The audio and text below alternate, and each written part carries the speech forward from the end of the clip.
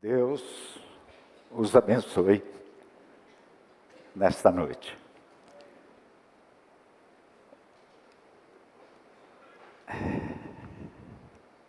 É uma grande tarefa para nós transmitir a palavra de Deus. Mas Deus é o Deus de toda a terra. Todos os homens são dele. A Bíblia fala isso e nós cremos. Deus nos dá a sua palavra e nós repartimos a sua palavra. Eu quero dizer uma palavra pequena para que o irmão e amigo que está aqui esta noite guarde no seu coração, bem pequenininha. E é a mensagem de Deus para nós nesta noite. Não tenha medo. Eu estou com você. É a palavra de Deus. Não tenha medo. Eu estou com você. Nosso Pai Celestial, aqui estamos nós diante do Senhor, diante do povo que Tu amas e queres salvar de toda e qualquer situação e, acima de tudo, queres salvar a salvação eterna em Cristo Jesus. Que o Teu Espírito tome a todos nós agora, Senhor, para que a Tua palavra, pura, boa, perfeita, agradável, encha o coração de nós todos, que possamos sair daqui cheios da Tua graça para poder reparti-la com todos aqueles que estão no mundo, sem fé, sem esperança e sem Deus. Oro, Senhor, na mediação santa de Jesus Cristo. Amém. Vamos fazer uma leitura na primeira carta do apóstolo Paulo a Timóteo. Capítulo 2, 1 Timóteo, capítulo 2. Antes de tudo, recomendo que se façam súplicas, orações, intercessões e ações de graça por todos os homens, pelos reis, e por todos os que exercem autoridade, para que tenhamos uma vida tranquila e pacífica, com toda piedade e dignidade. Isso é bom e agradável perante Deus, nosso Salvador, que deseja que todos os homens sejam salvos e cheguem ao conhecimento da verdade. Pois há um só Deus e um só mediador entre Deus e os homens. O homem Cristo Jesus, o qual se entregou a si mesmo como resgate por todos. Esse foi o testemunho dado em seu próprio tempo. Como está o seu coração? Tudo que eu ouço hoje combina com aquilo que Deus tem falado ao meu coração durante todos esses dias, na preparação da mensagem para este dia de hoje.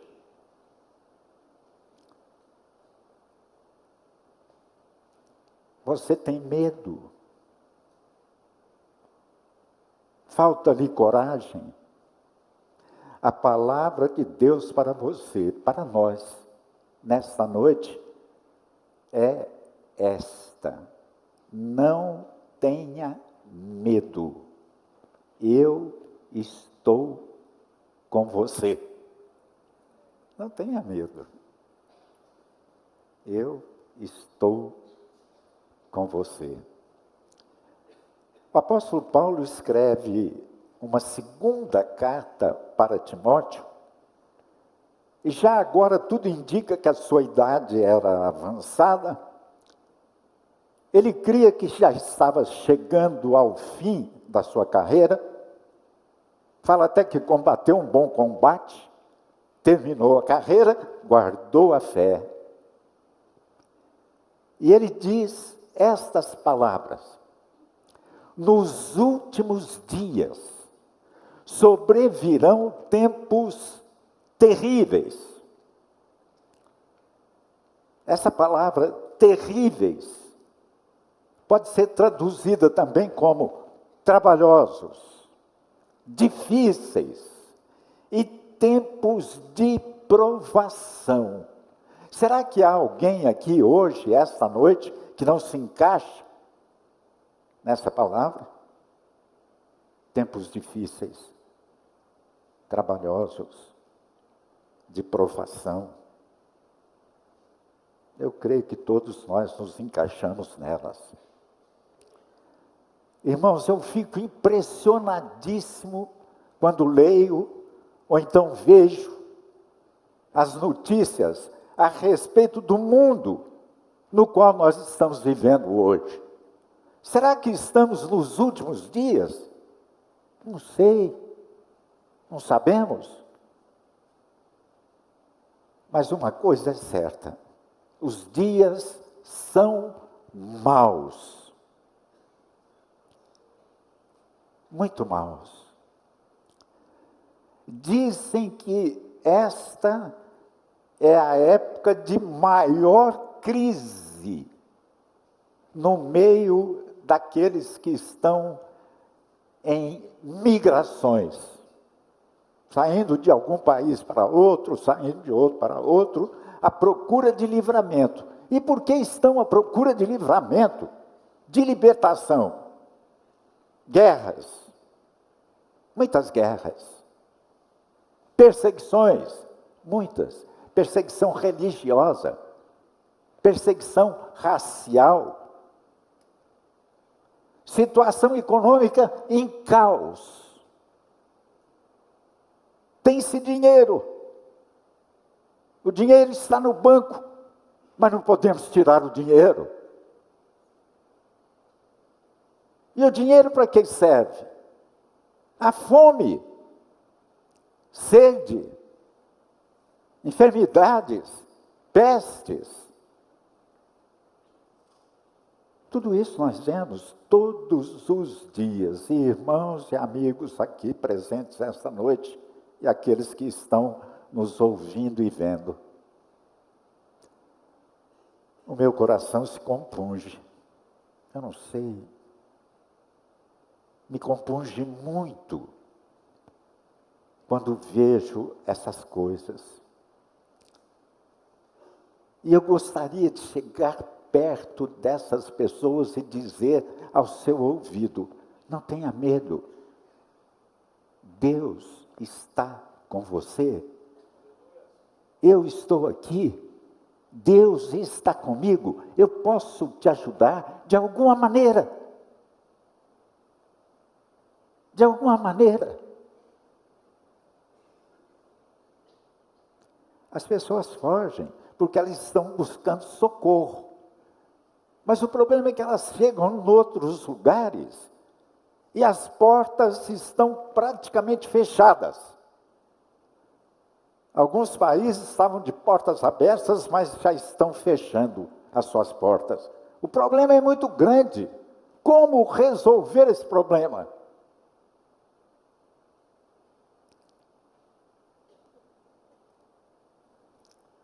Me faz lembrar da história de Jesus, no Evangelho de Mateus, capítulo 25.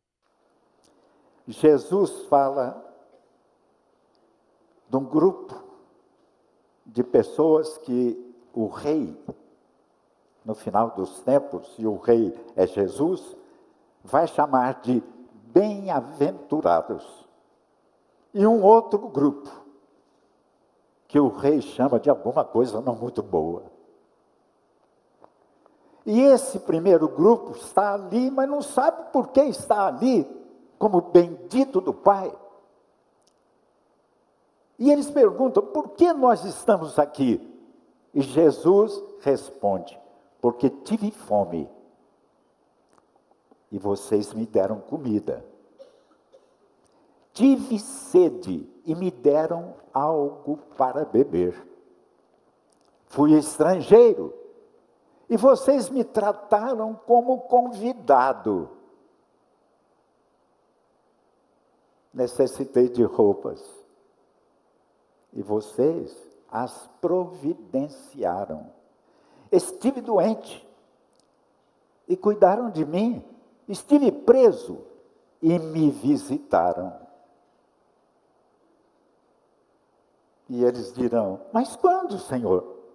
Quando fizemos isso? Não sabemos. O outro grupo da esquerda sabia. Sim, nós fizemos isso, fizemos isso, fizemos isso. O primeiro grupo não sabia. Quando fizemos? E o rei, que é Jesus mesmo, dirá, o que vocês fizeram a alguns dos meus menores irmãos, a mim o fizeram. Mas aquele que fecha a porta, a esses a quem eu chamo meus pequeninos irmãos, Jesus chama de irmão.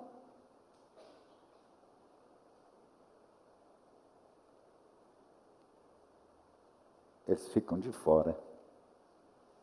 A porta é fechada para eles, porque eles fecharam a porta. Quando nós pregamos essa palavra, Deus nos prova, Deus nos experimenta.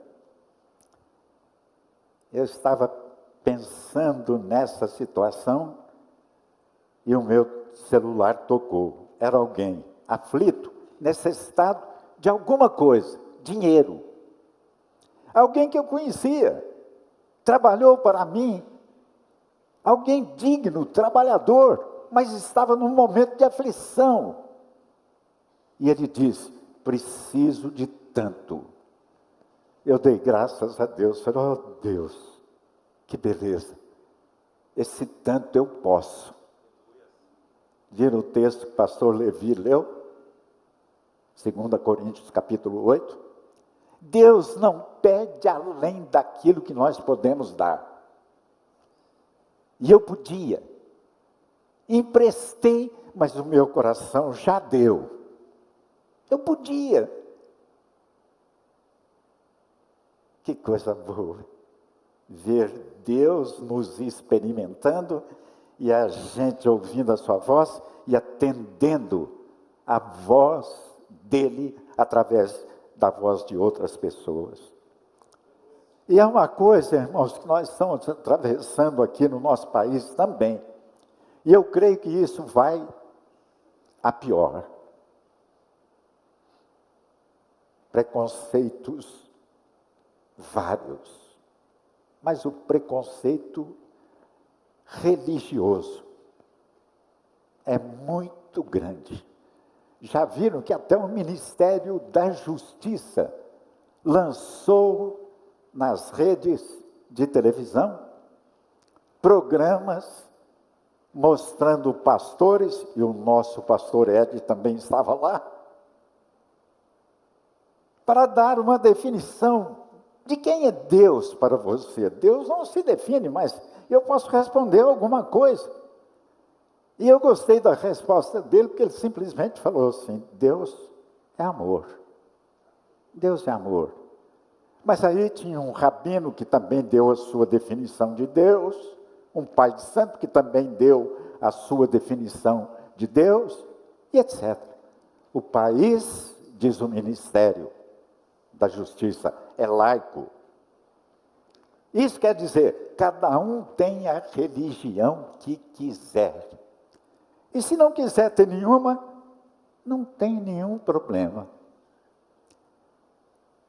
Irmãos, um dia eu estava diante dos meus colegas na escola, sou professor há mais de 50 anos, e falando para a congregação da engenharia.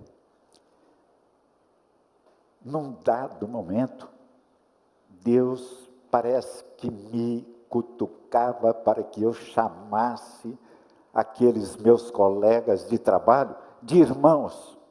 E eu resistia.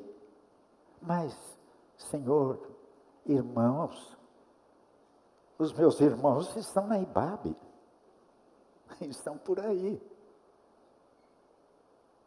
Mas não houve meios, e eu tive que chamar de irmãos. E quando eu chamei meus irmãos, vocês não imaginam a alegria que brotou no coração daquela gente toda. Se sentiram incluídos. E ali tem de tudo. Tem irmão em Cristo mesmo, mas outros que não professam nada, outros que não creem em nada, mas Deus me fez chamá-los irmãos, meus irmãos. E é isso que Ele faz. Jesus chama a todos de irmãos. E essa palavra que moveu meu coração surgiu de um encontro repentino com uma colega de trabalho lá na escola. De manhã, bem cedo, no corredor do prédio, ela vinha de lá e eu ia de encontro a ela. E ela vinha numa alegria tremenda. Quando chegou perto de mim, falou assim: professor, eu acho que Deus está comigo, porque tudo está bem na minha vida. E quando eu quis, irmãos, abrir a minha boca para dizer algumas palavras para ela a respeito disso, ela já passou por uma porta e foi embora. Não deu ouvidos. Mas será que Deus está conosco só quando tudo vai bem na nossa vida? Isso é prova de que Deus está conosco? Não creio. Não creio. Isso eu queria dizer para ela e ainda vou dizer um dia. Deus me dará a oportunidade no tempo certo. Antigamente, no Antigo Testamento, Deus falava com seu povo através dos profetas. Eu creio que Deus ainda fala hoje, através dos seus profetas. Quem diz a palavra de Deus é profeta de Deus. Mas, irmãos, Deus manda, muitas vezes, que nós falemos alguma coisa e é vontade dele, é profecia. Há profetas ainda hoje. E num tempo a situação de Israel era calamitosa. E a causa era o total afastamento de Deus por causa do seu pecado. Pastor Ed diz sempre: Deus não se afasta de nós. Nós é que nos afastamos de Deus. Deus não se afasta de ninguém, nem daqueles que estão lá na rua. Não se afasta. O que afasta o homem de Deus é o seu pecado, o coração endurecido, a falta de arrependimento. Israel estava nessa situação principalmente por causa da idolatria. E a palavra de Deus veio tão fortemente através da boca de Isaías, que a mensagem era dura de ser transmitida.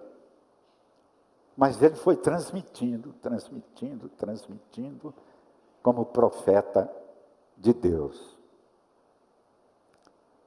Mas chegou num ponto, irmãos, a partir do capítulo 40 de Isaías, que Deus ordena ao seu profeta que conforte o seu povo. Isaías precisava trazer palavra de esperança para o povo, palavra de libertação, palavra de salvação daquela situação horrível em que estava. E em Isaías 43, 1, Deus começa com essa expressão, mas agora,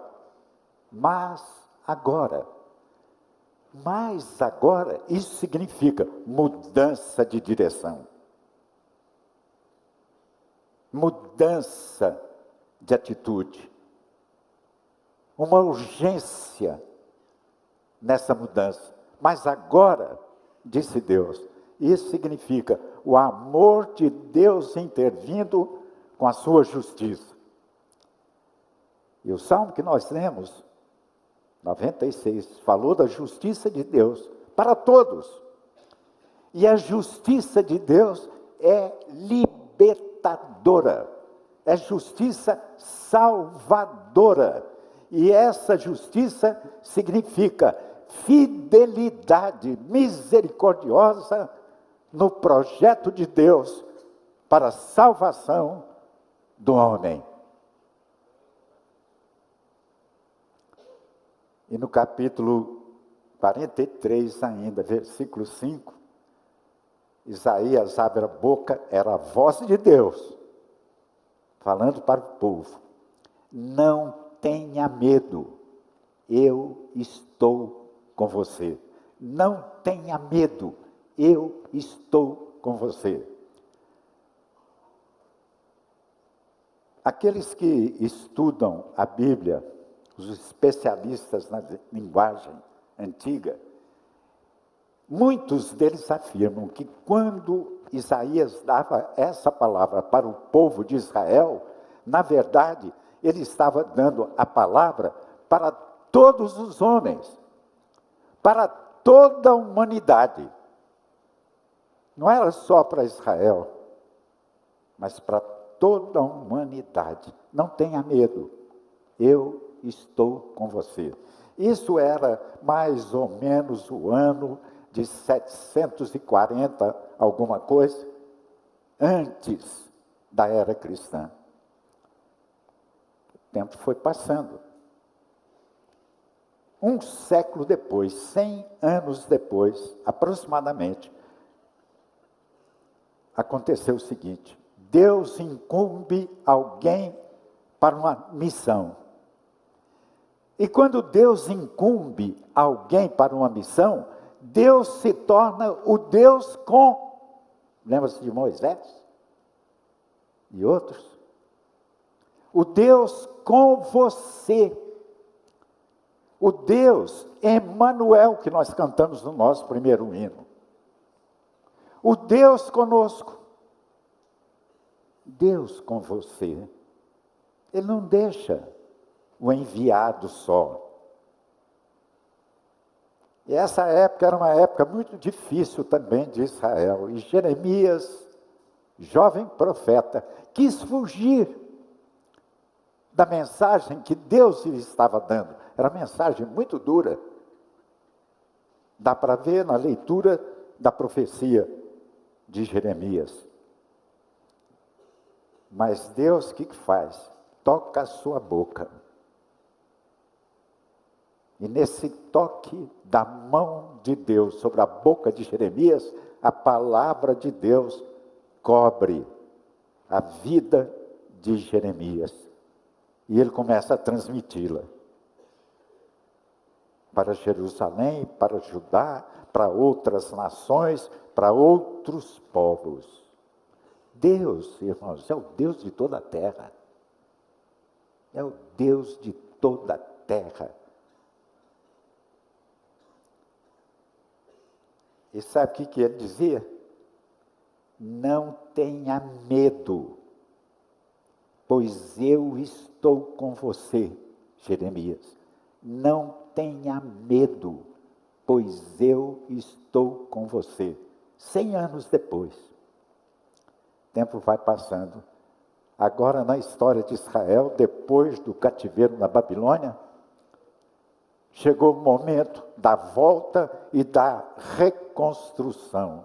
Você já leu as Lamentações de Jeremias?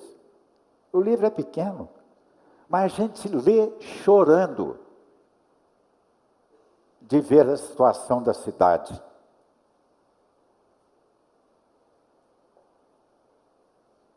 Mas eles foram e começaram.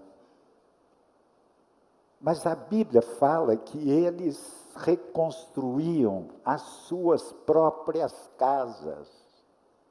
Mas o templo, a casa de Deus, que naquele tempo era o símbolo da presença de Deus no meio do seu povo, estava lá, totalmente destruído, portas queimadas, e ninguém fazia nada. Eu cuido da minha casa, e creio que devo cuidar da minha casa. Eu sou casa de Deus, você que creu é casa de Deus, nós somos casa, morada de Deus, morada do Espírito Santo, e a casa tem que ser bem cuidada. Cuidamos da nossa esposa, cuidamos dos nossos filhos, dos nossos netos, nos movemos por eles, pelos irmãos da igreja. Mas e os outros? E os outros?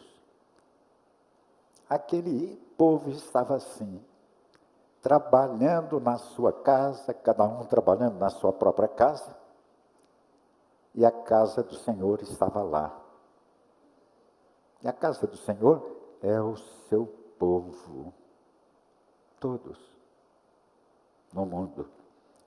E eles diziam assim: ainda não chegou o momento de reconstruir a casa do Senhor. Eles decidiram assim: não é tempo.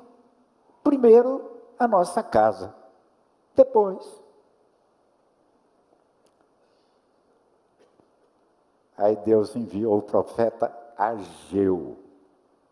E ele começa dizendo assim: eu estou com vocês. Olha isso. Eu estou com vocês.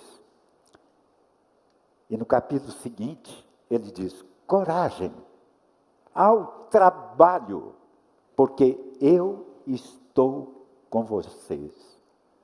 Olha, irmãos, isso não é coincidência. Apenas uma folheada da Bíblia. Século, outro século, outro século. Não tenha medo. Eu estou com você.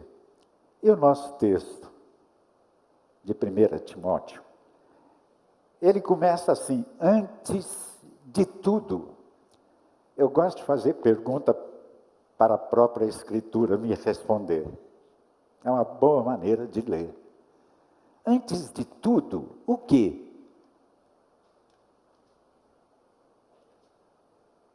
Ele falou em muitas coisas antes.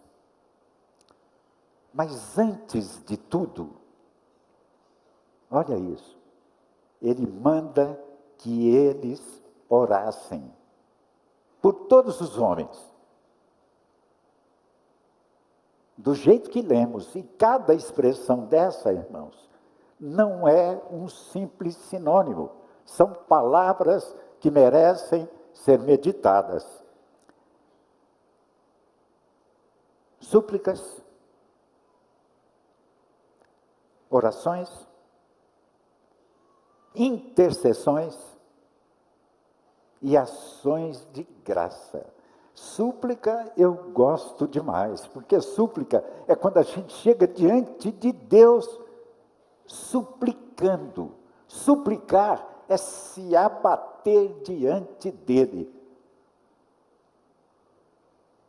É súplica. É súplica. A intercessão é sofrer com o outro.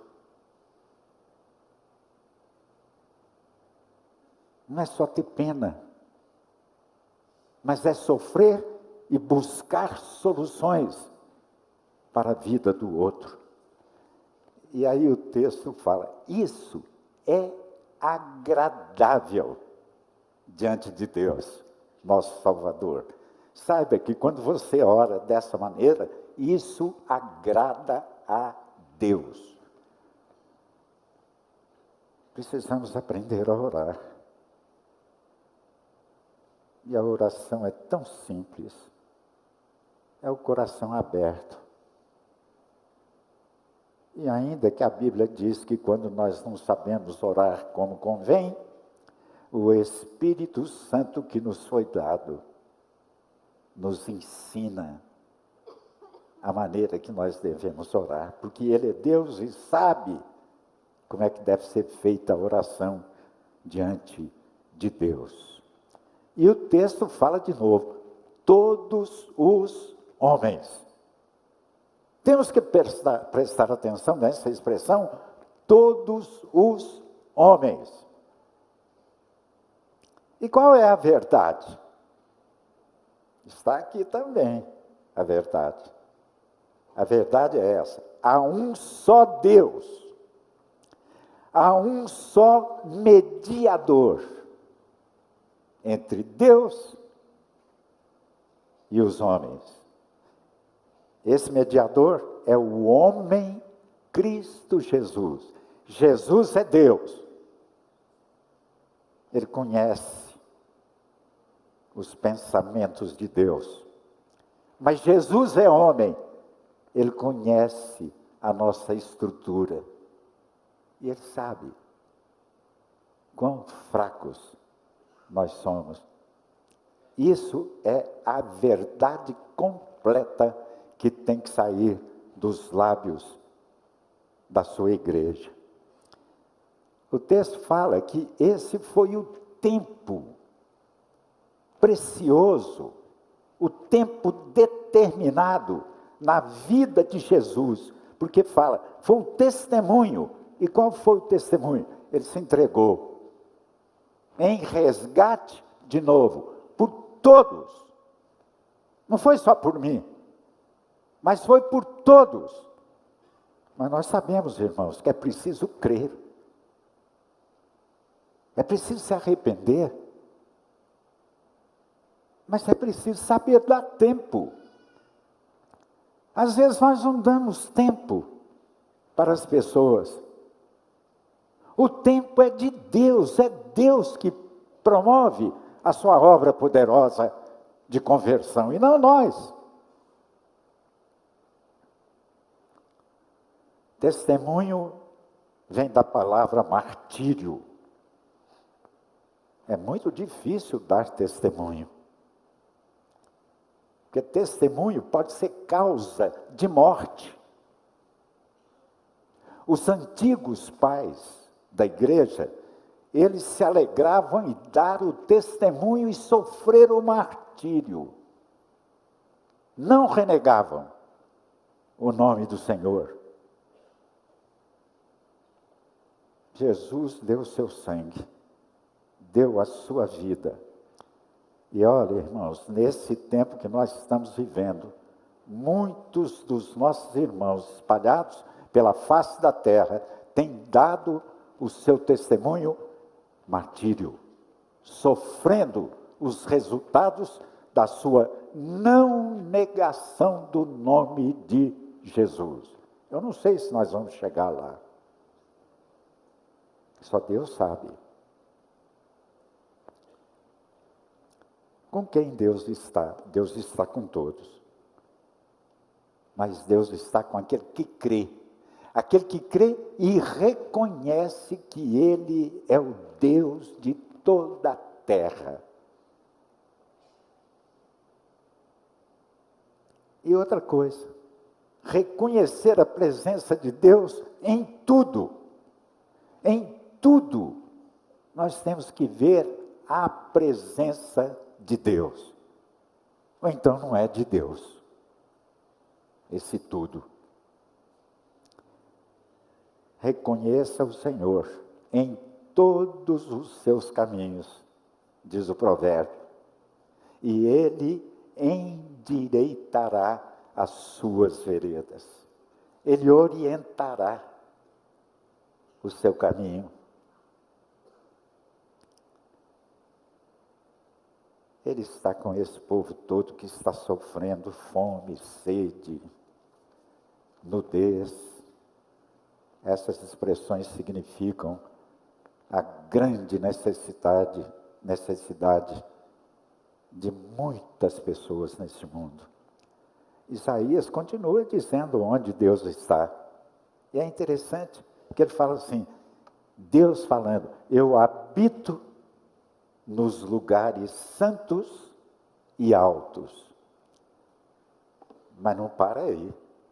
Mas também habito com os contritos e abatidos. Deus não habita com os exaltados, orgulhosos, porque eles, por isso mesmo, se afastam de Deus. E ele diz mais, a este eu estimo, ao humilde e contrito de espírito, e que treme diante da minha palavra. Quando a palavra de Deus é lida, irmãos, nós devíamos abaixar a nossa cabeça. Tremer é Deus falando. Quando um homem fala, às vezes nós prestamos muita atenção, mas na leitura da palavra distraímos. Podia ser exatamente o contrário. Seria melhor. O contrito é aquele de coração reduzido a pó. Coração de pedra, quebrantado pelo poder do Espírito de Deus, se transforma em pedaços. Mas o contrito é quando esses pedaços pequenos são reduzidos a pó. O contrito é aquele de coração arrependido sinceramente. Isso nós temos que aprender. Muitas desculpas.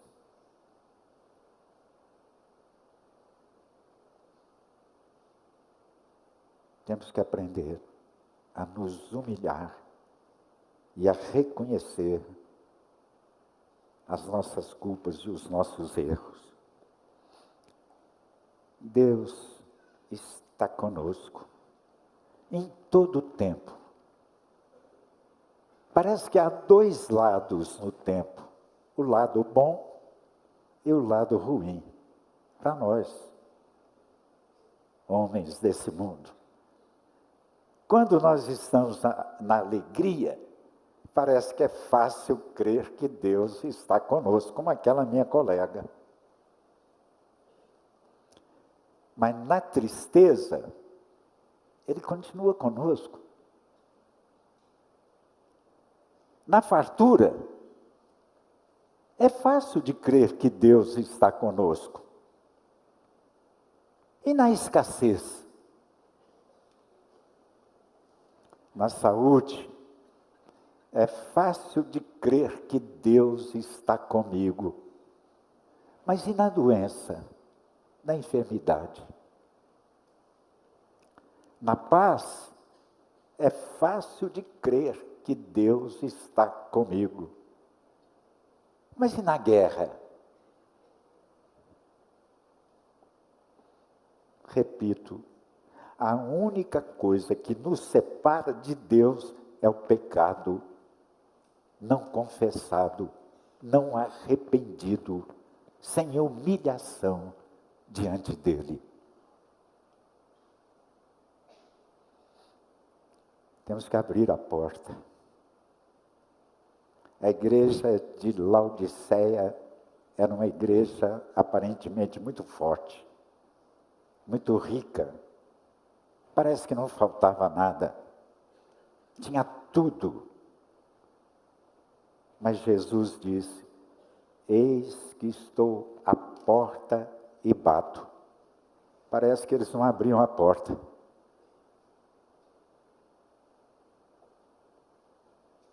Mas se abrir a porta, ele entra, ceia conosco, e nós ceiamos com ele.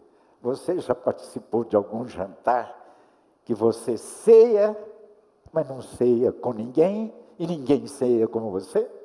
Por obrigações do nosso trabalho, muitas vezes. Mas com ele não é assim. Ele prepara a mesa. E o salmista fala assim: preparas uma mesa perante mim e perante os meus inimigos, para que eles vejam.